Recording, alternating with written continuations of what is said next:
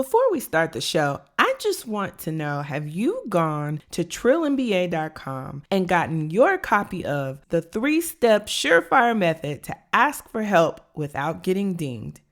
Have you got your copy yet? Well, if you haven't, you need to. Let me tell you about Julia. Julia writes, so my review went very well. I've only been in the role for 6 months, so I definitely need help. I used the information on inquiring about leadership style and expectations. I gained so much insight on my boss and how to slay my role. Until that podcast, I would have never thought to ask for help. I would have just thugged it out. But she was impressed and I felt motivated and empowered. Listen, you guys, there is no need for you to thug out your role. All you have to do is go to TrillMBA.com and sign up to get the 3-step surefire method to ask for help without getting dinged. So go forth and prosper. Let's start the show. Welcome to the Trill MBA Show. I'm your host, Felicia Ann Rose Anuha, aka the Trillest MBA you will ever know, and I'm here to help you survive and thrive in corporate America by giving you the truth and being as real as only I can be.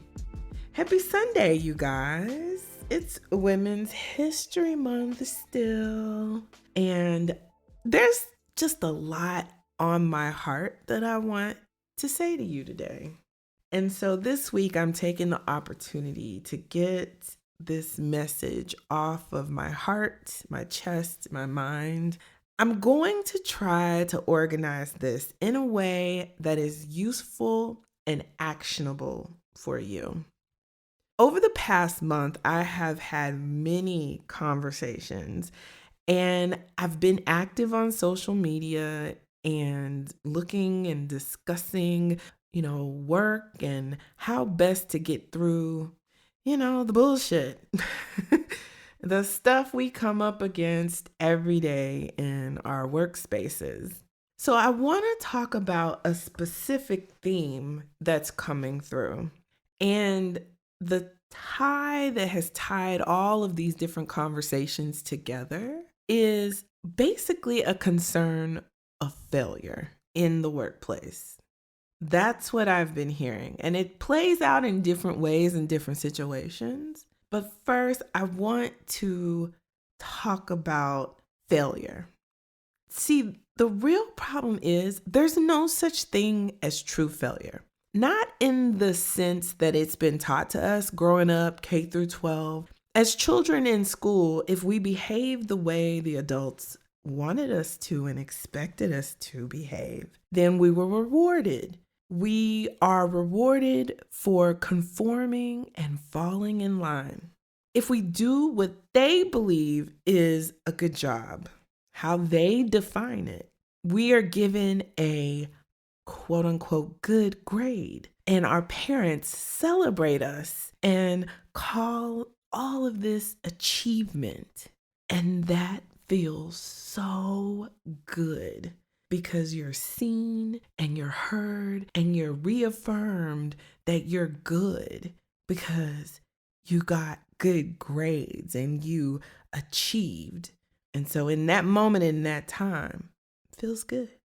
And for many of us high achievers, we learn to intertwine our identities, our beings into this world of achievement and success. Do you remember the first time you disappointed an adult? A parent or a teacher? For most of us, you felt like shit. It sucked. It was such a negative emotion to have my mom tell me she was disappointed in me. I was like, please just beat my ass. Like, don't tell me that. And there was this feeling of reinforced shame, and there was punishment in that word. And it's just put up on you, and you take that in. And so the conditioning, it just continues.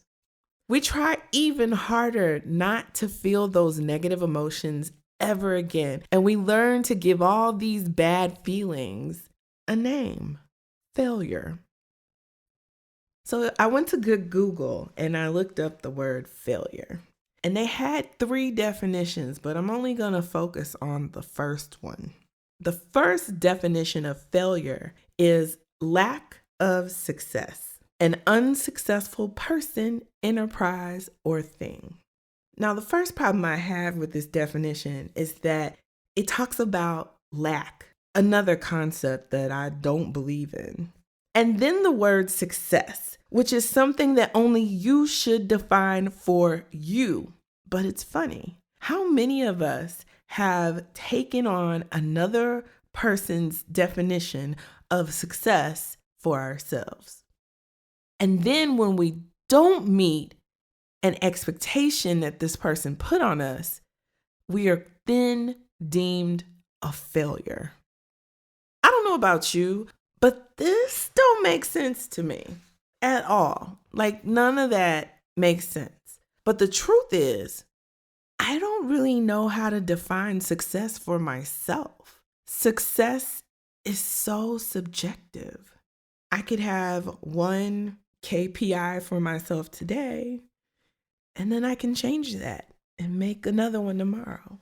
So the first takeaway is, if you think you are a failure, if you think you lack success, ask yourself, is it your success you're lacking, or is it somebody else's definition of success that you feel like you're missing the mark on, or you've even been told you're missing the mark on?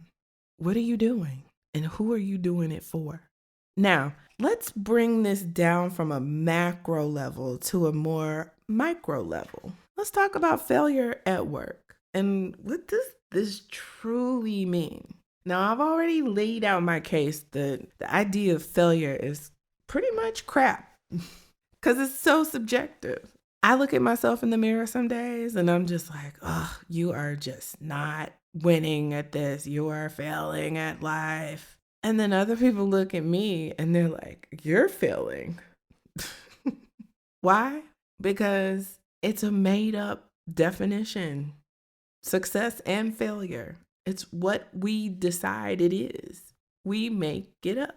And for many of us, failure at work is devastating. And we internalize it to mean that there's something wrong with me. Now, if this sounds crazy to you, great. You're not in the matrix. You've figured this out. You've seen the rainbow and the light. You understand that you are not in the good place and you get it.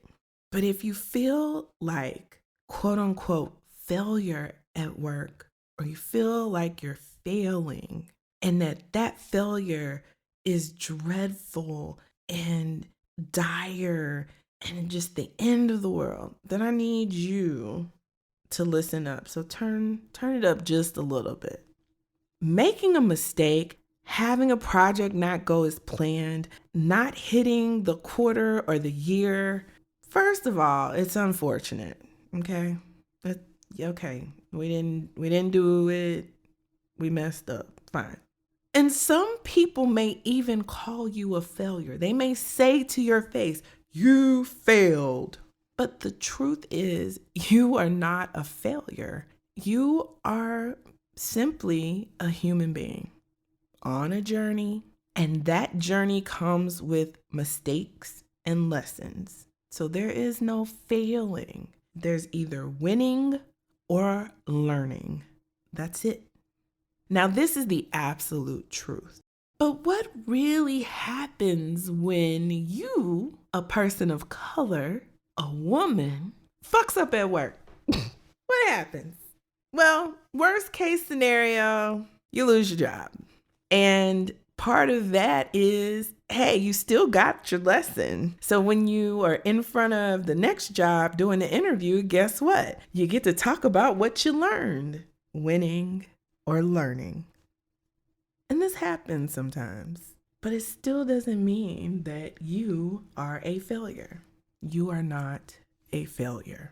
But there are a few things that we need to focus on in our roles so that we, one, minimize the chances for mistakes, and two, get ahead of the storm when we don't meet an expectation.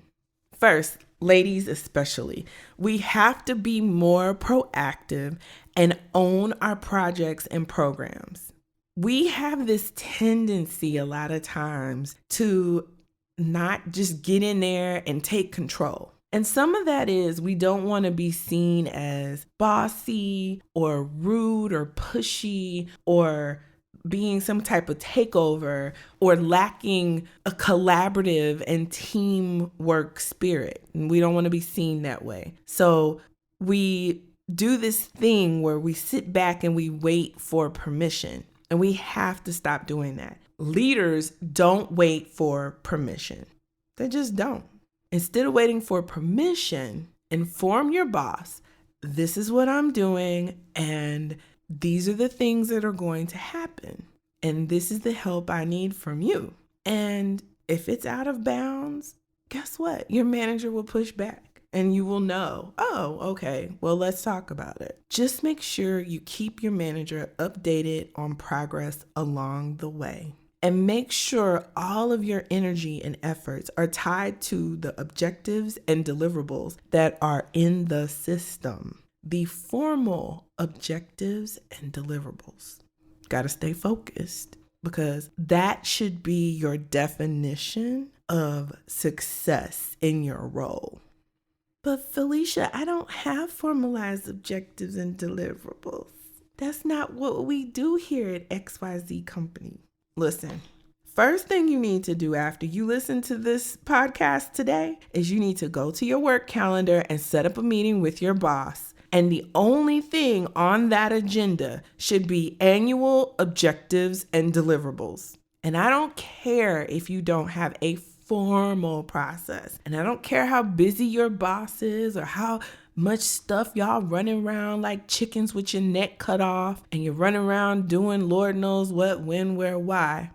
You need to agree and align on what you should be doing. And that's what you do in that meeting. And then after the meeting, you send a recap email detailing what you talked about and what your bullet pointed objectives and deliverables are for the year. And at the end of that email, you ask your boss to email you back with any updates or corrections, or if there aren't any updates or corrections, just email you back saying that he or she is aligned. You know that saying, if you fail to plan, you plan to fail. So basically, if you don't have objectives, then you are going to not meet expectations because you didn't have any. And the truth is, in your manager's mind or in, the company's mind, there are objectives. You just don't know what they are. And this is how you make sure you know exactly what they are. Because what's not fair is for them to expect you to read their minds. And that's not fair. But a lot of people do this. Like, well, you should know. That's part of the job, is just knowing. It's like, what kind of bullshit is that? It's just ridiculous. But these are the things that we come up against. And so this is how you proactively work around it. So even if your company doesn't have a formalized process, you need to create a structure for yourself. So that means objectives, deliverables, one-on-ones with your manager, and making sure every step along the way that you are buttoned up, and that at the end, you should not be surprised when your annual review comes around. You should know exactly what your boss is going to say because you've been on top of it the whole year. And this is especially true if you have a boss, a senior leadership team, or you're in an organization where there's always this changing and moving, and the organization is reactive and they're not strategically driven. That's chaos. And that chaos is fertile ground for undefined success, which makes for failure. Hashtag protect your check. Just to recap, you got to be proactive, Make sure you have clear and defined and agreed upon goals, objectives, and priorities. And then you are following up every week with your projects and your updates. No surprises. No surprises for your manager and no surprises for you. These 3 things will almost guarantee that you will meet expectations, because knowing what the damn expectations are is half the battle. Now, let's say you get to a point where you know for sure something's going awry. You've tried to fix it on your own, but this shit just ain't happening. It's just like this ain't, the cross-functionals done gave up. You don't have anywhere else to turn. You've done everything you could do. In these type of situations, number 1, do not panic and don't get all excitable. Stay calm. Because the reality is, most of us are not saving babies. Like, most of us are not doctors. We're not out here saving lives. Most of us are out here selling shit. Quite frankly, a lot of shit that people don't need, but they want. And so they buy it. And that's why we have jobs. But let's keep it real. Like, this stuff is not for you to be panicked and running up your blood pressure about. So don't panic. Stay calm.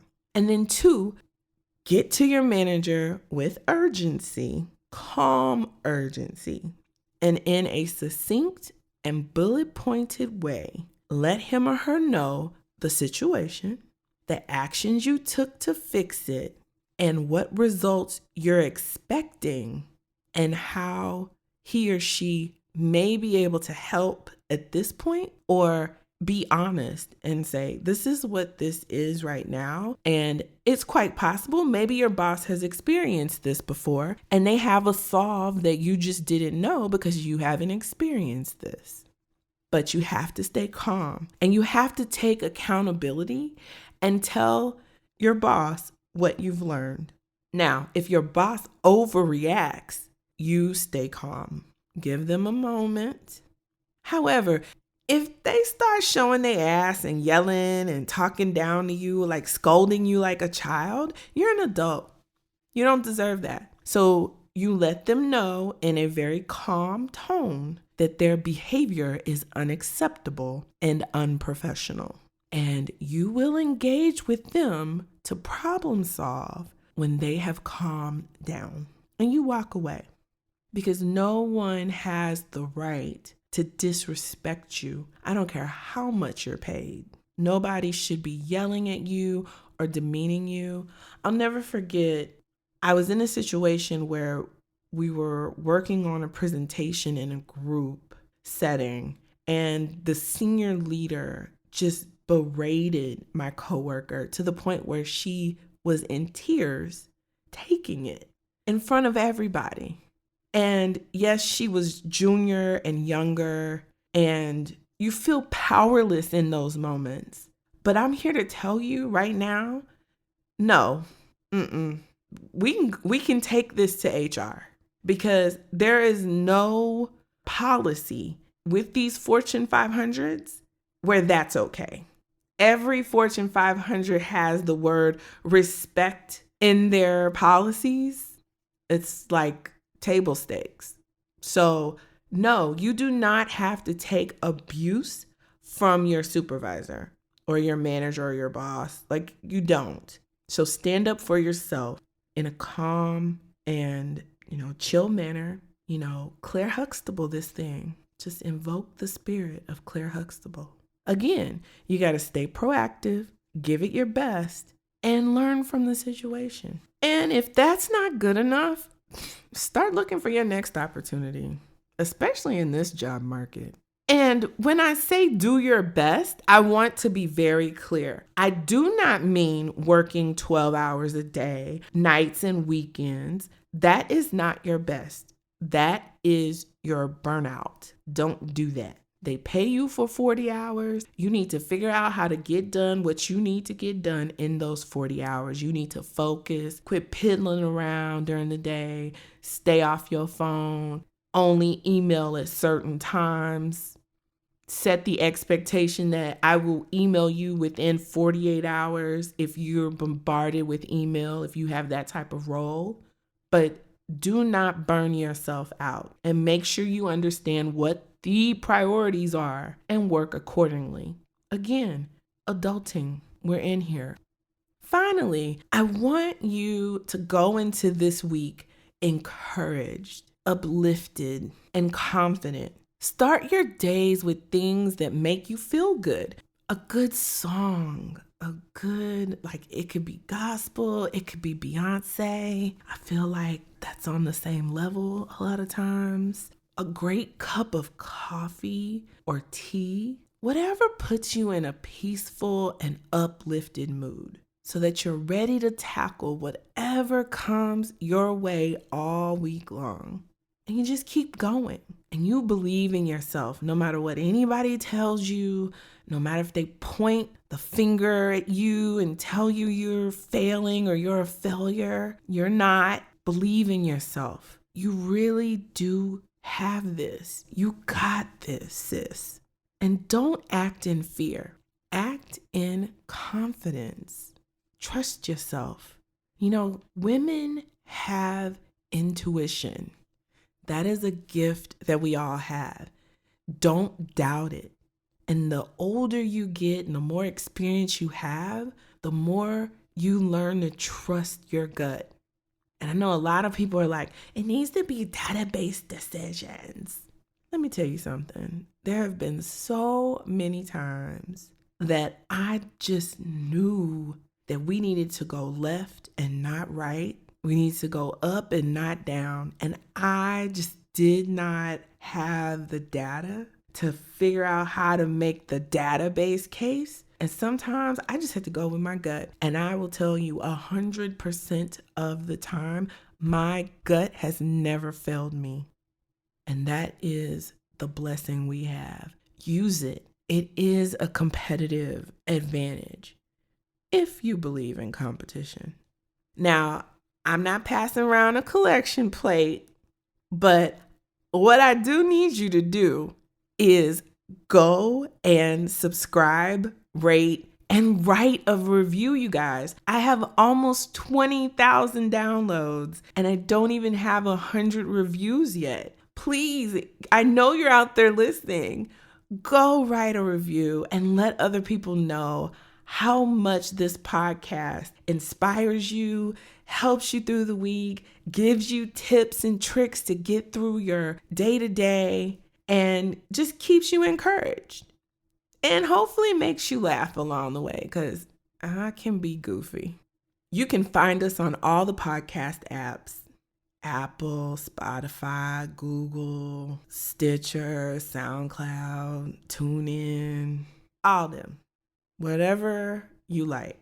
And as always, if you need some help or advice about a specific work situation, go to trillandba.com/coaching to schedule a free 30-minute consultation with me to strategize and talk through how you should respond or react to a certain situation. I'm really, really good at giving you good words to respond to certain things. Ask my friends, they'll tell you.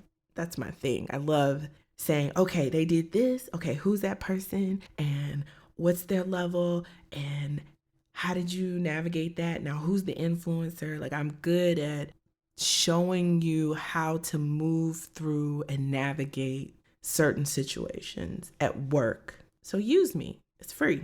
In addition, you can always email me too at ask@trillandba.com. I'm always happy to answer questions via email as well.